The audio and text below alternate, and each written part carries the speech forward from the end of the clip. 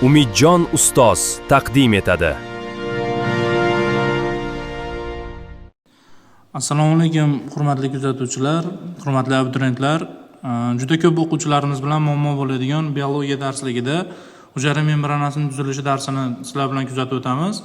Hujayra membranasining tuzilishini ma'ruza darslarimizda ko'p o'quvchilarga tushuntirganimiz bilan baribir ko'zini oldida vizual effektlar kelmaydi. Shuning uchun sizlar bilan mana shu onlayn darsimizni olib borishga harakat qilamiz.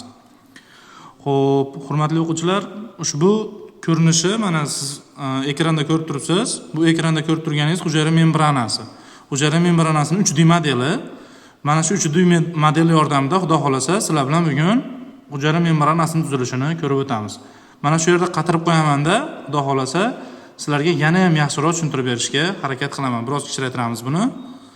Xo'p. Va mana hujayra membranasini 3D modeli va siz bilan buni birgalikda o'rganib o'tamiz. Xo'p. Bu yerda hujayra membranasida eng avvalo biz ko'rishimiz kerak bo'lgan narsa shuki, bu yerda hujayra membranasining fosfolipid qavati turibdi. Mana bu qismda mana sizga ko'rsatyapman. Bu qismda fosfolipid qavat. Fosfolipid agar e'tibor bergan bo'lsangiz, bitta bunday dumaloq va bitta bunday chiziqdan iborat bo'lyapti. Bu 10-sinf darsligimizda ham berib o'tilgan. Mana bu dumaloq chizganimiz bu fosfolipid boshchasi.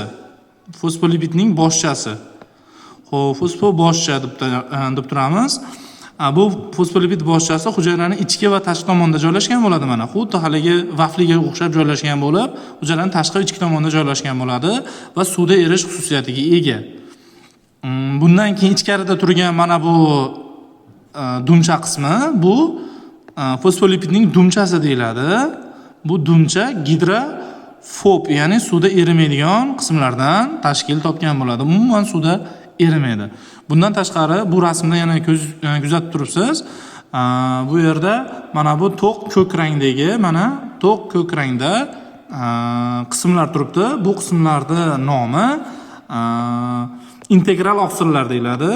Integral oqsil.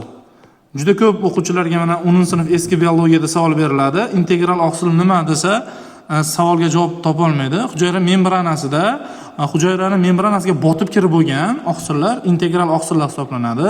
Bu integral oqsillarning vazifasi mana bu qismdan mana bu qismga, ya'ni hujayraning tashqi muhitdan ichki muhitga va ichki muhitidan tashqi muhitiga, demak, moddalarning transportini ta'minlash hisoblanadi.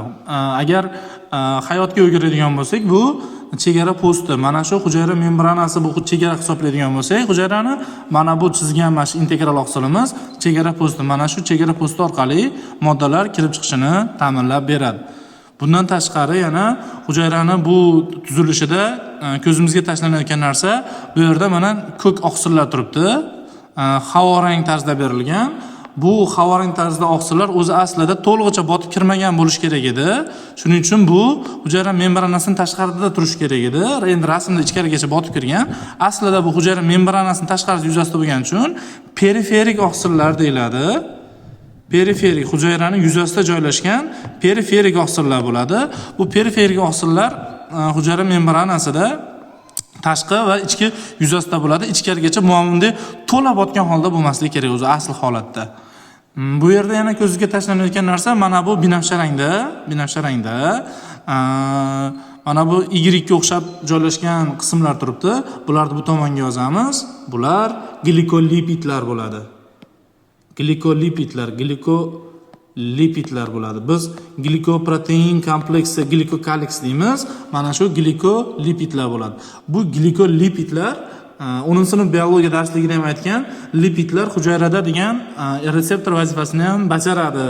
Sababi bu hujayraga bakteriyalar kiradimi, viruslar kiradimi, hujayra bilan bog'lanish uchun albatta mana shu glikolipidlar bilan tutashish kerak. Buni nimaga o'xshatsa bo'ladi? Buni masalan biror tashkilotga kirganimizda bizdan hujjat so'raladi-ku, mana shu hujjatga o'xshatishimiz mumkin, hujjat tekshiradigan apparatga o'xshatishimiz mumkin. Mana shu glikolipidlar hujayrani Face ID'si hisoblanadi. Ya'ni bunday hayotga o'girib qaraydigan bo'lsak, hujayraning Face ID'si hisoblanadi. Mana shu glikolipidlar orqali moddalar glikolipidlar bilan bog'lanadi. Agar hujayra uchun kerak bo'lsa, hujayra ichiga kiritiladi. Keyin mana bu integral oqsillar orqali, agar hujayra uchun kerak bo'lmaydigan bo'lsa, glikolipidlar bu moddalarda kirishga ruxsat bermaydi.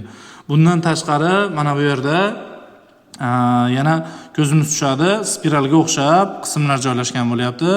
Bu spiralga o'xshab joylashgan qismlar hujayrani tayanch vazifasini bajaruvchi qismlar hisoblanadi. Tayanch vazifasini bajaradi bu. Ayrim manbalarda bu narsa lipidlarga mansub deb olinyapti, ayrim manbalarda esa oqsillarga mansub deb olinyapti. Bu hujayraning manbasi men lipidlarga mansub deb hisoblayman, sababi lipidlar hujayrada membranasini nima sabab elastikligini, egiluvchanligini belgilab turadi. Bu rasmimizda hujayra xuddi membranasi, agar ko'radigan bo'lsangiz, o'sha qavat-qavat bo'lib joylashgan 2 qavatli tortga o'xshab ko'rinyapti. Ko'p o'quvchilarda bu narsa, ustoz bu qattiq tuzilma bo'ladimi degan savol tug'iladi. Aslida yo'q. E'tibor bering, hozir men mana bu yozganlarimni o'chirib yuboraman. O'chirganimdan keyin siz buni ko'rasiz. Mana hozir o'chadi. Xo'p, mana o'chganda tasavvur qilingda, mana bu tuzilma hammasi lipidlardan iborat. Mana bu sariq turgan barcha qism lipiddan iborat. Endi lipidlarni biz hayotimizda ushlab ham ko'rganmiz, yog'larni, mana hayvon yog'larini ko'rganmiz, o'zimizda ham semirgan joyimizda yog'li joylarimiz bor. Mana o'sha ushlab ko'rganingizda yumshoq bo'ladi. Bu hujayra membranasi doim elastik, yumshoq tuzilma. Bu orqali moddalar kirdi chiqdisi bo'ladi, fagositoz, pinositoz jarayonlar sodir bo'ladi. Shuning uchun bu tuzilmani garchi ijodiy modeli qattiq tuzilmaga o'xshab ishlangan bo'lsa-da, aslida esa unday emas. Mana bu hozir mana fosfolipidlarda dum qismiga kirib ko'ramiz, mana. Mana bu dum qismi. Bu suvda erimaydigan qismi.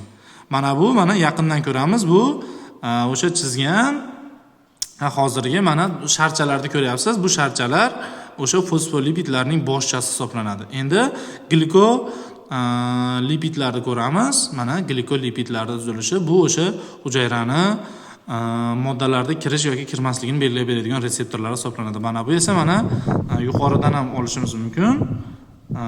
Bu mana bunday qilib ko'ramiz. Mana bu integral oqsillar.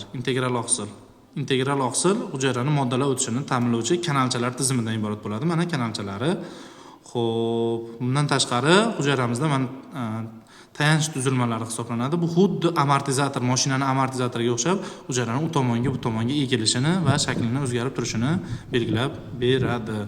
Hurmatli o'quvchilar, shu bilan hujayra membranasi darsimiz ma'lumotlarni berib o'tdik. Sizlarga ma'qul keladigan umiddamiz.